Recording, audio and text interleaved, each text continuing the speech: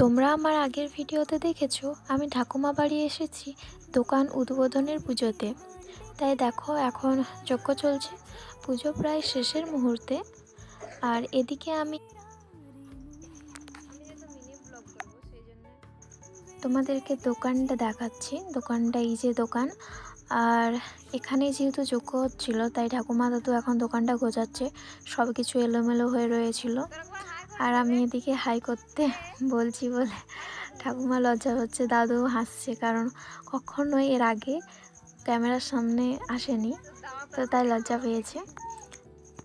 তো দোকানটা ঠিকঠাক করছে, কারণ এটাই যে রাতে অনুষ্ঠান আছে, সাথে কৃষ্ণ নামহট্ট সব কিছুই হবে তাই। আর এদিকে আমি চলে এসেছি ঠাকুমার ঠাকুর বাড়িতে। হ্যাঁ, এখানে আমি সবটা তোমাদেরকে দেখাচ্ছি, যে ফল সব কিছু পড়ে রয়েছে, কারণ পুজো বাড়িতে এরকমই হয়, কোনো কিছুরই ঠিক থাকে না, তো কিছু মনে করো না। আর দেখো এদিকে তোমাদেরকে আমি প্রসাদটা দেখাই।